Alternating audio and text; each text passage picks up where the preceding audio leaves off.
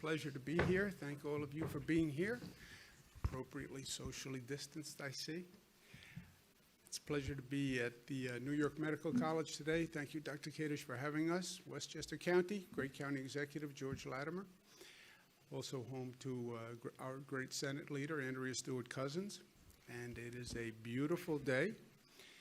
It is so beautiful. I'm going to go home after this, take the motorcycle out. I'm going to go for a ride. I'm going to wear my mask on the motorcycle. Protects from COVID virus.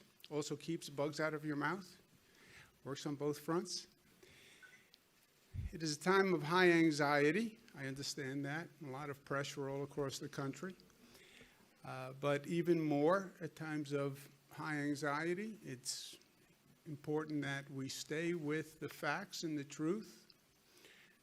John Adams was defending the British at a time when the American people hated the British. Facts are stubborn things, and whatever may be our wishes, our inclinations, or dictates of our passions, they cannot alter the state of facts and evidence. Lincoln, big believer in the American people, always. Let them know the truth, and the country is safe. I love Lincoln and the wisdom and the economy of his language. Let them know the truth, and the country is safe. Here are the facts where we are right now. 8,600 total hospitalizations. That number is down. That is good news. And it's a fairly significant drop, so that is good news. The net change in hospitalizations you see is also down. That's good news. Intubations is down. That's good news. The 3-day rolling average of hospitalizations is also down. You see the curve. You see the outline of what we went through. You see how fast it went up.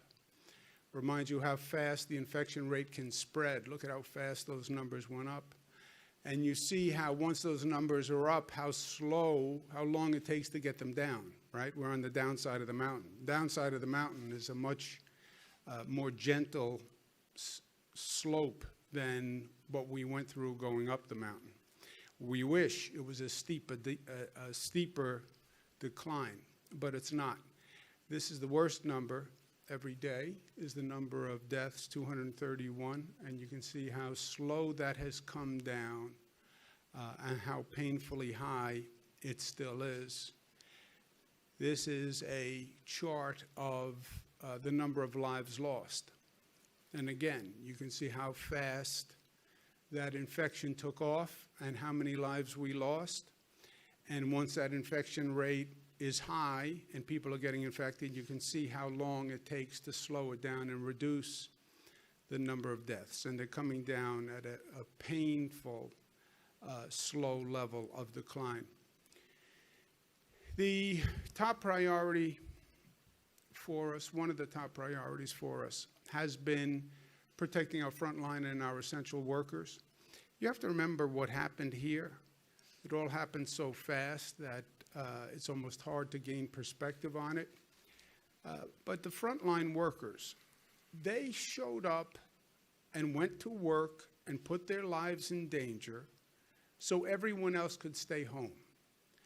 I laid out the facts, as Lincoln said, to the people of this state, laid out how dangerous this virus was, advocated and argued based on those facts that we needed to close down schools, close down businesses, stay at home. People did that. In the next breath, I said, and by the way, we need you essential workers to go to work tomorrow. After just having explained how dangerous the virus was, to justify shutting down society in a way it had never been shut down before, next breath, essential workers, I need you to go to work. Hospital care, I need you to go to work and help people who come in with the COVID virus after we just discussed how dangerous the COVID virus was and how little we knew about the virus. Look at the courage that those frontline workers had to show. I mean, it is still amazing to me. And I just want to make sure on a human level we're doing everything that we can for them. So we've been aggressively testing the frontline workers to find out who needs help, how many people actually have been infected, and we've been working with the police and transit workers and healthcare workers. We tested 25 downstate healthcare facilities. Downstate New York is where the predominance of the virus was, over 27,000 employees. So it's a very large sample. And what we found out is really good news, and one of the few positives that I've heard in a long time. When you look at the percentage of people who have the antibodies, which means they were infected at some time in the past and they're now recovered, of the healthcare workers, in Westchester, 6.8, New York City, 12.2, Long Island, 11.1. That is about the same or lower than the infection rate among the general population. So Westchester, the infection rate among the general population is 13.8, almost 14. Westchester healthcare workers, it's about half of the rate of the general population. I mean, that is amazingly good news, right? We were afraid of what was going to happen, and the healthcare workers actually are at about the same or lower than the general population in that area.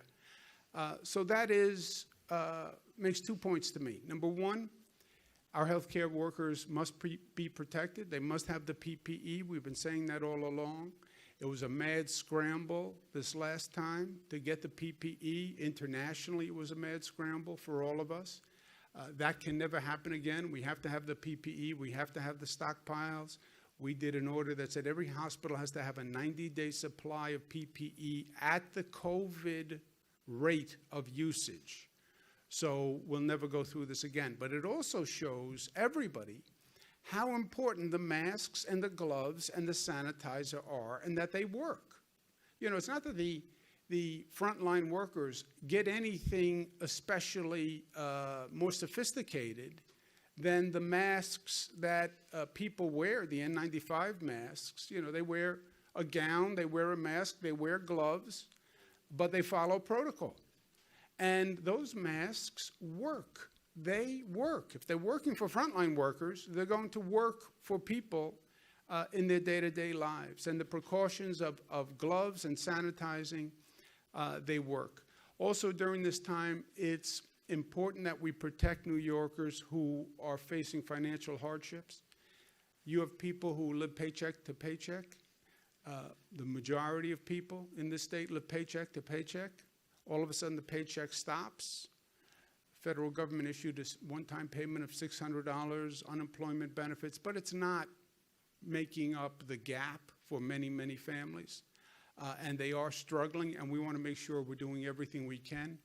We have a problem in upstate New York where many of the farms can't sell their product. You had a lot of farms that were literally just dumping milk that the dairy farms had produced. But at the same time, you have people in downstate New York who are going hungry and can't pay for enough food. Tremendous demand on food banks. So we've been putting the two together. It makes no sense to have upstate farmers who can't sell their product and downstate families that can't get enough to eat. So we have been funding efforts to connect the farmers to the downstate food banks. And we've done that with about $25 million to what we call our Nourish New York initiative. And that has worked. We're funding about 50 food banks that have 2,100 farms that are delivering food to those food banks. And about 20,000 households in the state are participating in that. And the volume of food and product that is not being wasted, that is supporting upstate farms and helping downstate families, is tremendous. We want to continue doing that. The state budget is very, very tight right now, going with what's going on with the economy. So philanthropies, foundations, there are a lot of people who want to help. This is a great cause, and I would suggest that they help so we can do even more. People literally are worried about being able to pay rent. You don't work for 2 months, and that rent bill keeps coming in.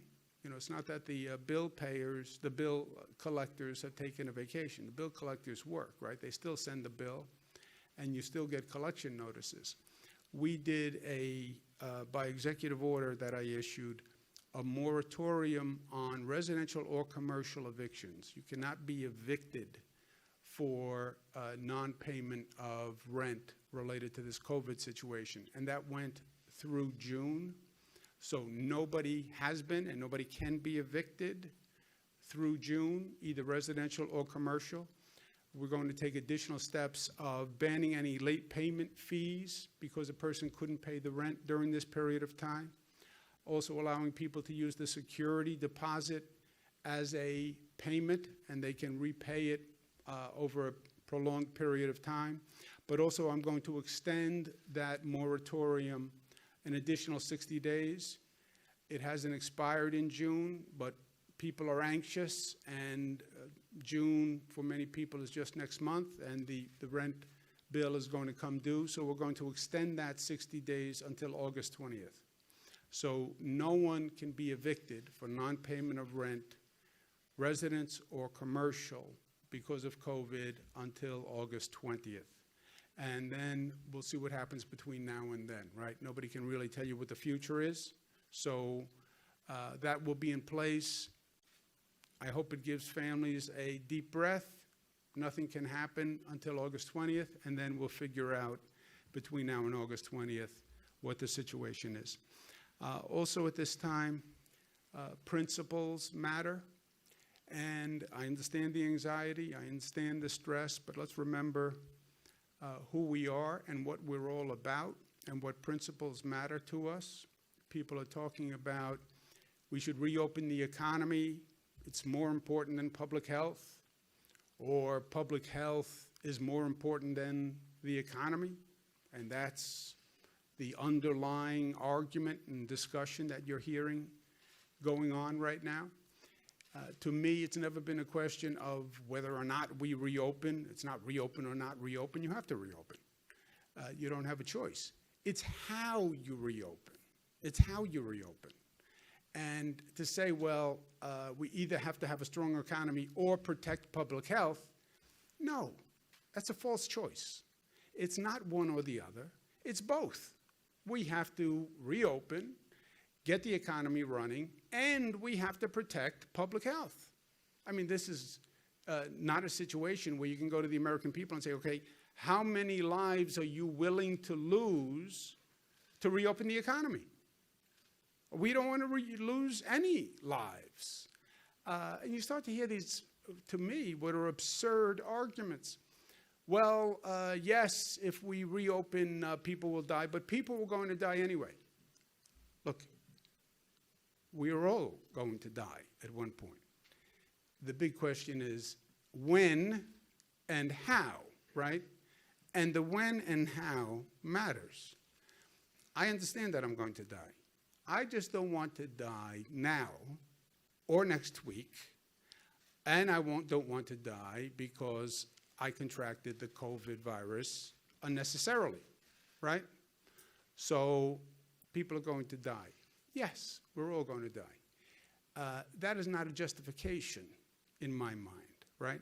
It would be a novel defense. Person's before a judge, charged with murder. Did you have a gun? Yes. Did you fire the gun? Yes. Did you shoot the person? Yes. Did the person die? Yes. But the person was going to die anyway. Yeah, I know. But it was the gun that killed the person and the bullet, and you fired the gun, right? So to go down this road, well, there are old people who will die, predominantly on the numbers. By the way, old, how do you define old? Not that old is a justification. But we looked at numbers yesterday, the number of people coming into the new cases coming into hospitals. 51 years old is where the increase starts, right? It's 51 to 60, 60 to 70 is the highest, 71 to 80. But 51 to 60.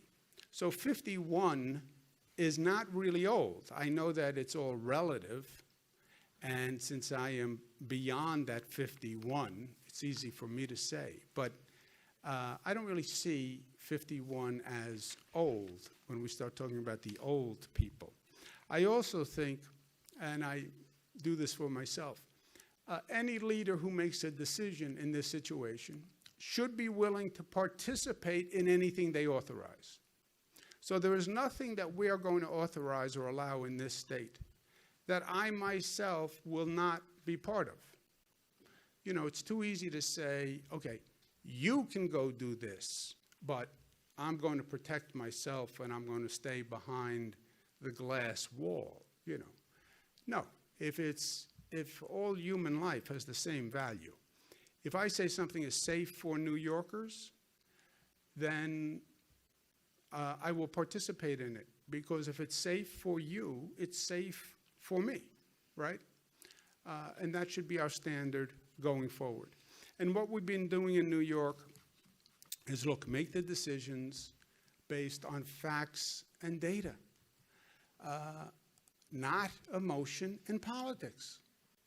And I understand the emotion, and I understand the anxiety and the stress, and I understand politics a little bit. But that's not the basis for making a decision.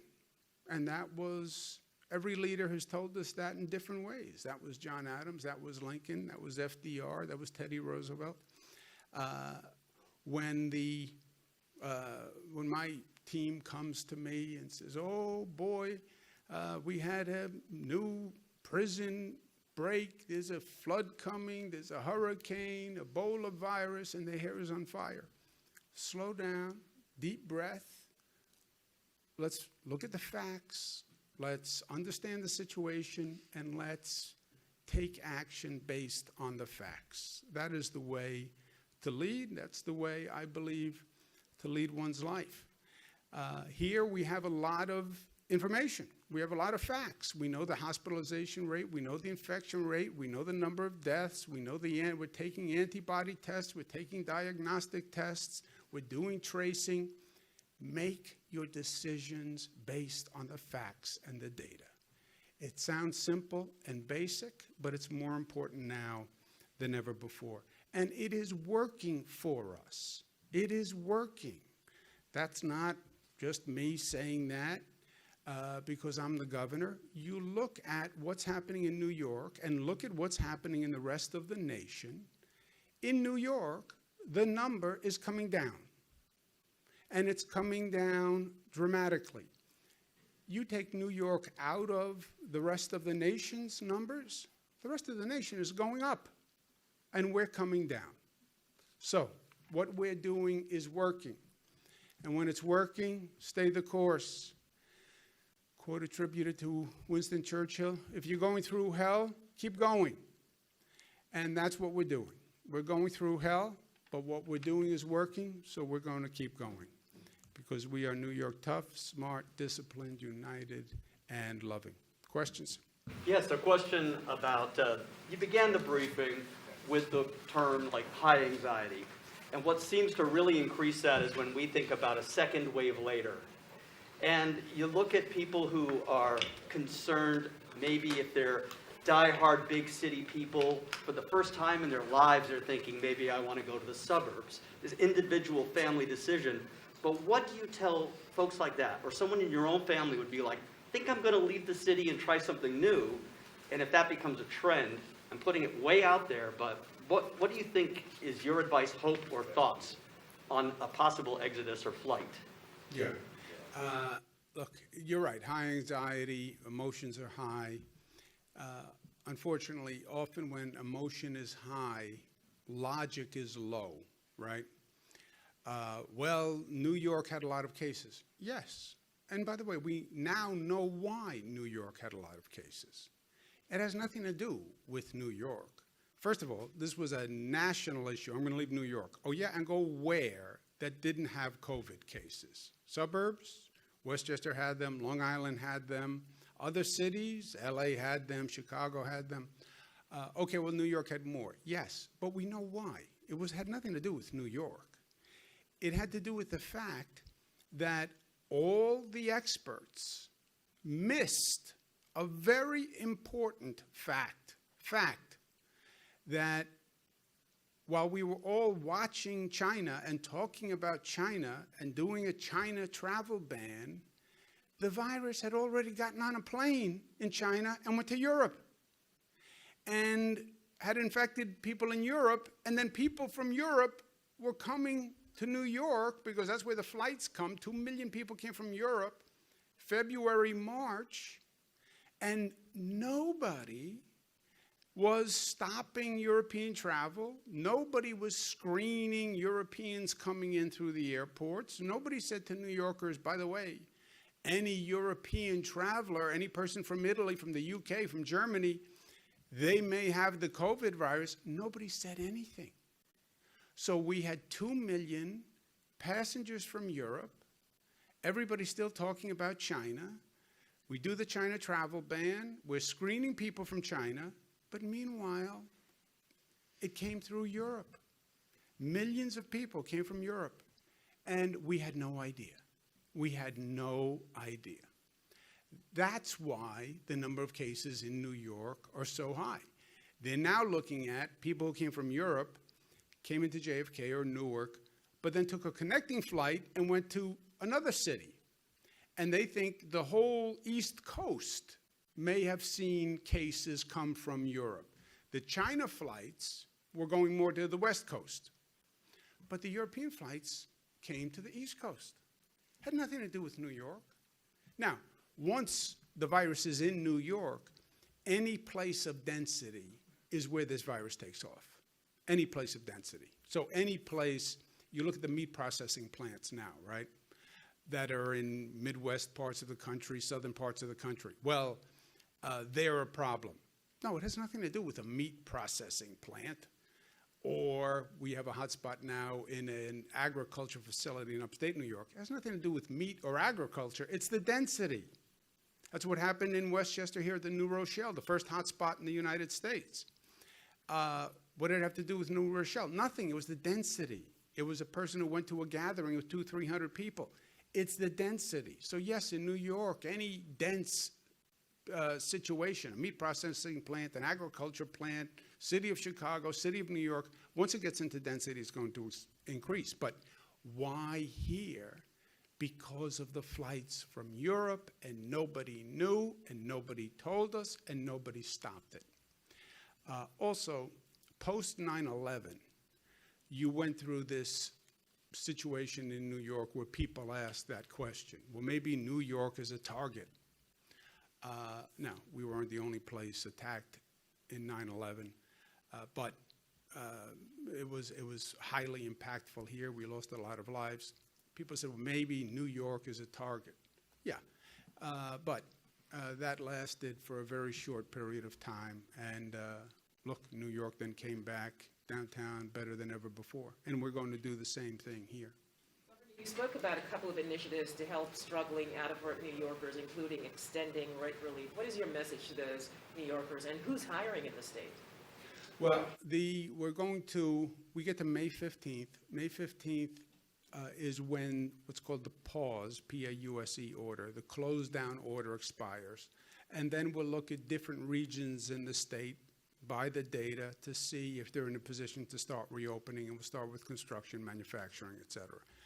So you will see the economy start to reopen on a regional analysis, and again, not a floodgate, but it will start so we can watch what's happening and calibrate, because we don't want to see those numbers go the other way.